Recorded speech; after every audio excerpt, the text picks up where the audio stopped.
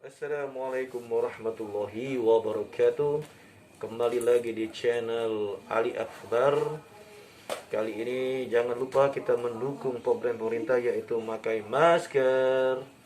Baik, sebelum lanjut jangan lupa subscribe, like dan share di channelnya Ali Akbar, yaitu mereaction 10 kerajaan yang termasyhur di Indonesia, yang terkenal di mancanegara.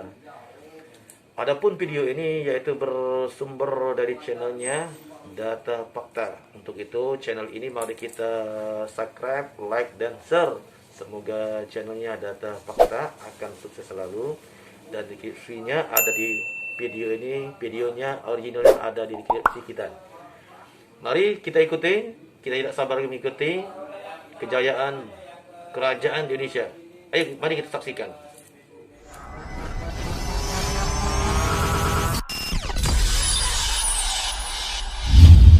Welcome to our channel. Sebelum menjadi negara kesatuan, dahulunya ada banyak kerajaan di Nusantara. Sebelum dipimpin oleh seorang presiden, raja sudah lebih dahulu memerintah pada masing-masing kerajaan yang kekuasaannya timbul tenggelam, kemudian tersisa sejarahnya saja. Nah, jika kalian pernah belajar sejarah, maka nama-nama kerajaan yang akan dibahas berikut pasti begitu melekat. Terlebih, channel Data Fakta sudah menyiapkan daftar kerajaan yang dalam perjalanannya merupakan yang paling berpengaruh. Simaklah sampai habis. Tapi sebelum lanjut, kami ingatkan kembali untuk subscribe channel ini dan aktifkan lonceng notifikasi kamu untuk mendapatkan video edukatif dari Data Fakta.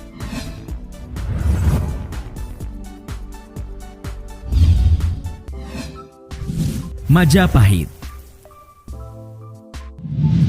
Masih ingatkah kalian dengan Sumpah Palapa yang melegenda ala Gajah Mada? Ya, sumpah untuk menyatukan wilayah-wilayah Nusantara di bawah naungan Majapahit oleh Patih Majapahit tersebut benar-benar terjadi. Dan pada akhirnya mengantarkan kerajaan yang berdiri tahun 1293 sampai tahun 1500 ini menjadi kerajaan paling berpengaruh di Nusantara.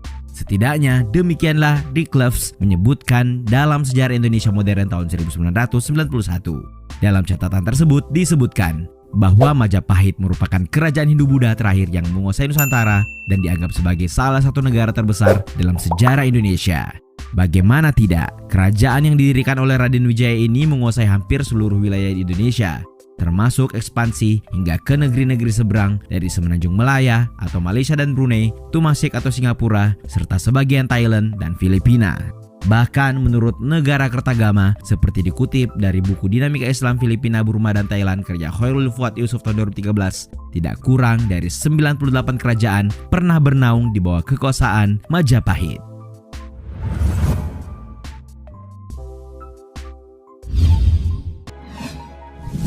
Mataram. Jika kalian ingin mencari tahu pengaruh kerajaan Mataram, mengunjungi Candi Prambanan atau Borobudur adalah salah satu jalannya. Bangunan kuno dengan arsitektur megah ini merupakan peninggalan kerajaan Mataram kuno yang sudah ada sejak abad ke-8. Sementara jika kalian pernah mendengar Mataram Islam, maka kerajaan tersebut mengacu pada kerajaan yang berdiri di akhir abad ke-16 dan kekuasaannya berlangsung sampai dengan abad ke-18. Ya, menurut sejarah, mengutip dari ulasan dalam Kompasiana, ada dua kerajaan Mataram, yakni Mataram kuno dan yang kedua adalah Mataram Islam. Meski begitu, dalam perjalanannya Mataram kuno yang berbasis Hindu-Buddha lebih sering disebut-sebut karena meski membahas Mataram Islam, sekalipun pembahasan Mataram kuno sekiranya masih terbawa. Berbicara tentang pengaruh, kerajaan Mataram memiliki sektor pertanian dan juga perdagangan yang sangat maju. Karenanya, tidak salah jika rakyatnya makmur dan punya pengaruh yang kuat di Pulau Jawa.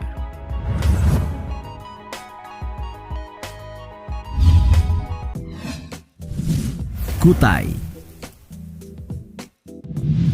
Kerajaan tertua di Indonesia ada di Kalimantan Timur, di dekat hulu Sungai Mahakam yang kemudian dikenal orang-orang dengan nama Kerajaan Kutai. Di awal berdirinya pada abad keempat, kerajaan yang dipimpin oleh Raja Kudungga ini cukup dikenal sebagai kerajaan Hindu biasa.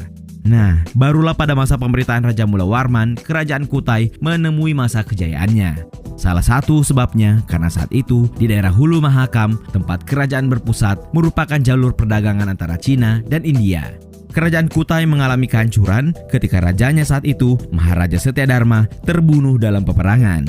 Kematian Maharaja Setyadarman sekaligus penanda selesainya masa kerajaan Kutai.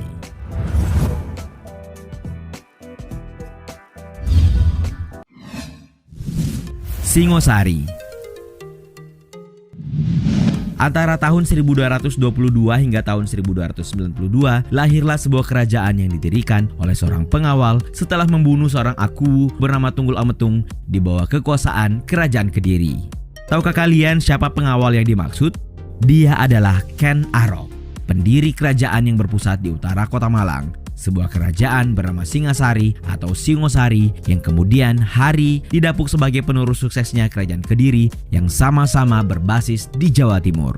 Kerajaan ini menemui masa kejayaannya saat dipimpin oleh Raja Kertanegara yang dikenal sebagai raja terakhir sekaligus yang terbesar. Memimpin dari tahun 1272 sampai 1292, Kertanegara menjadi raja pertama yang melakukan penaklukan hingga keluar Pulau Jawa.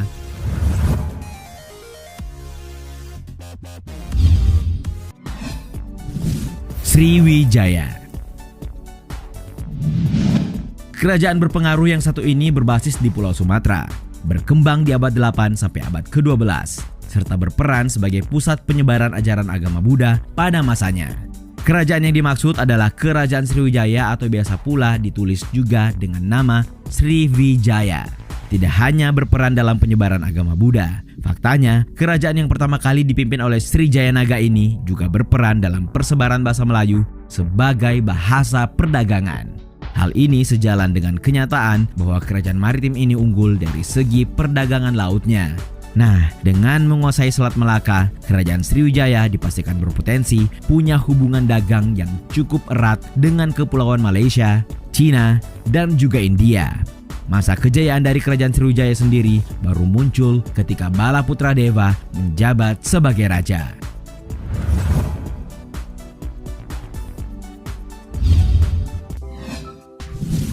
Banten. Seorang panglima perang bernama Fathahillah pernah menaklukkan bandar-bandar di Pajajaran sekitar tahun 1526. Peristiwa inilah yang kemudian menjadi cikal bakal bagaimana Fathahillah yang kelak mendapat gelar Wali Songo ini mendirikan Kerajaan Banten. Ya, tepatnya pada abad 16, kerajaan yang berpusat di Banten ini didirikan oleh Fathahillah yang kemudian bergelar Sunan Gunung Jati di Cirebon. Lalu, bagaimana pengaruh Kerajaan Banten selama melewati masa hampir 3 abad? Faktanya, karena didirikan oleh seorang ulama besar, maka wajar jika kemudian kerajaan ini menjadi pusat penyebaran agama Islam. Selanjutnya, peran terhadap dunia perdagangan di kawasan Asia Tenggara, terkhusus lada, tak bisa diabai begitu saja. Bahkan setelah kejatuhan Melaka ke tangan Portugis, banyak pedagang dari Timur dan Cina yang memutuskan untuk berlabuh di Banten daripada Malaka.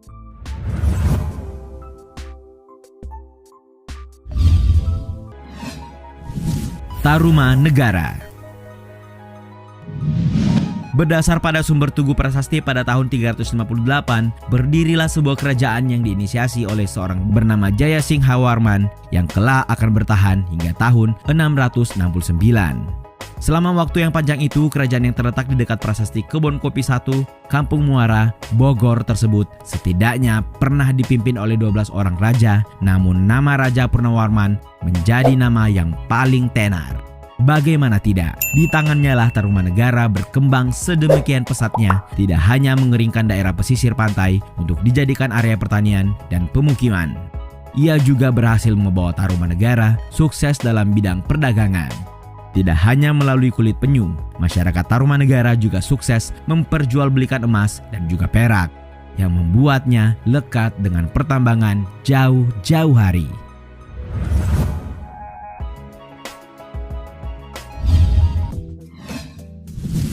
Kediri.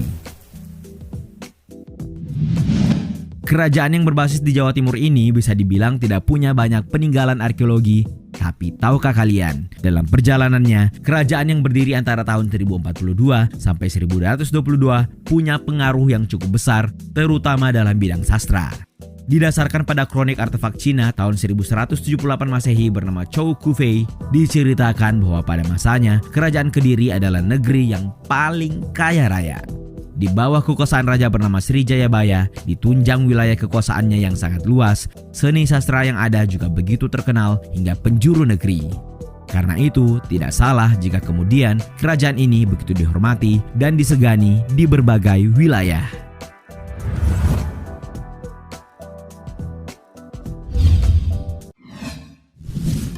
Demak. Setelah Majapahit runtuh, kerajaan Demak langsung pasang badan dan didaulat sebagai kerajaan yang paling maju di Nusantara. Ada yang tahu kenapa? Faktanya kerajaan yang didirikan pertama kali oleh Raden Patah di tahun 1478 ini merupakan kerajaan Islam pertama yang ada di Pulau Jawa. Sejalan dengan itu, kerajaan yang berlokasi sekitar 25 km dari kota Semarang, tepatnya di jalan menuju Kudus dari Surabaya ini, juga telah berjasa melahirkan Wali Songo atau 9 wali yang punya peran penting dalam penyebaran agama Islam di Nusantara. Jadi, tidak perlu lagi diragukan pengaruhnya. Kalian pasti sudah bisa membayangkannya, bukan?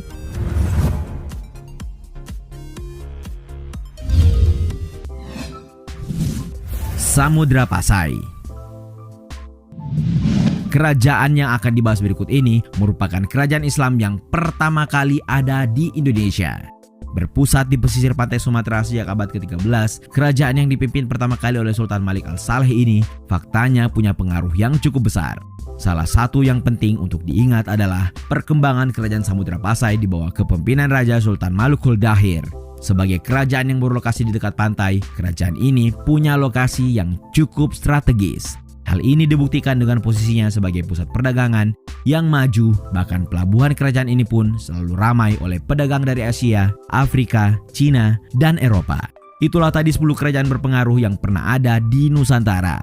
Nah, kalau kalian punya versi sendiri tidak tentang kerajaan mana yang punya pengaruh besar di Nusantara? Ya, demikianlah tadi setelah kita saksikan video dari data fakta yang menceritakan tentang kerajaan yang ada di Indonesia. Setelah kita menyaksikan video tadi, kita ambil kesimpulan dari zamannya Majapahit, seluruh kerajaan demikian itu mereka mempunyai misi. Yang pertama tadi kalau kita lihat dari video itu, misinya agama. Majapahit mendakwakan agamanya yaitu Hindu dan Buddha. Ya, dan di situ kita lihat faktanya mereka membesarkan negara mereka, kerajaan mereka dengan dagang dan sampai Majapahit ini jajahannya sampai ke luar semenanjung negara kita, Malaysia, Brunei, Thailand dan sebagai negara Asia. Hebat kerajaan yang Indonesia. Di zaman dulu sebelum Indonesia berdiri, kerajaan ini sudah terkenal di seluruh negara lain, Malaysia, Brunei, Singapura dan Thailand. Cukup hebat negara kita. Dan di situ dijelaskan bagaimana seorang Patih Gajah Mada ya, yang cukup berambisi untuk menyatukan Nusantara ini yang terkenal dengan Sumpah Palapanya. Dan sebagai pemirsa yang mencintai channel Akbar, sebagai tambahan informasi bahwa makamnya Patih Gajah Mada tidak ada di Pulau Jawa, namun ada di Sumatera, Palembang. Itu menandakan antara Sumatera dan Palembang cukup kerjasama cukup baik. Jadi untuk mencari makam Patih Gajah Mada, silakan penonton datang ke Palembang, tepatnya di daerah Prabu Muli ya. Di daerah Prabu Muli yaitu di pemakaman Gunung Ibul ya, Gunung Ibul di Prabu Muli. Di situ ada komplek pemakaman Patih Gajah Mada, Pujang Juara, Ratu Paseh, Raden Kuning. Silakan datangnya ke Palembang untuk menyaksikan ada artefak atau peninggalan ataupun makamnya Patih Gajah Mada ya, untuk mengingatkan kita sebagai anak bangsa dan kembali lagi terakhir kerajaan Islam ya, kerajaan Islam ini dipimpin oleh Fatahillah yaitu Demak. Ya, kemudian kerajaan Banten tadi di situ menunjukkan bahwa Islam itu cukup memberikan andil besar terhadap negara kita. Bahkan kerajaan Demak ini pun cukup lama bertahannya, bahkan sampai 3 abad. Luar biasa untuk memimpin manusia rakyat tidak mudah, saudara-saudara. Memerlukan wawasan dan ilmu untuk memimpin rakyatnya.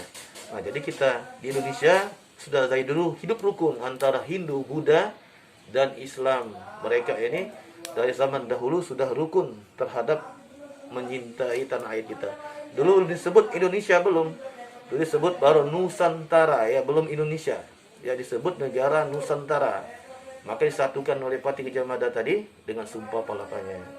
Dan terakhir adalah kerajaan Sriwijaya yang dipimpin oleh Bala Putra Dewa yang cukup termasyur kejayaannya. Dan kerajaan besar ini yang terkenal Majapahit dan Sriwijaya itu, kalau kita ambil kesimpulan, Majapahit adalah kekuatannya di darat dan Sriwijaya ada kekuatannya di laut. Ya, semoga video ini kita tonton, dan kami terima kasih pada channelnya Data Fakta yang telah mengangkat sejarah Indonesia yang cukup bagus. Baik, sebelum kami tutup, mari kita berdoa semoga Indonesia tetap jaya dan virus corona di 2021 akan berakhir. Dan jangan lupa subscribe, like, dan share di channelnya Ali Akbar. Sukses selalu.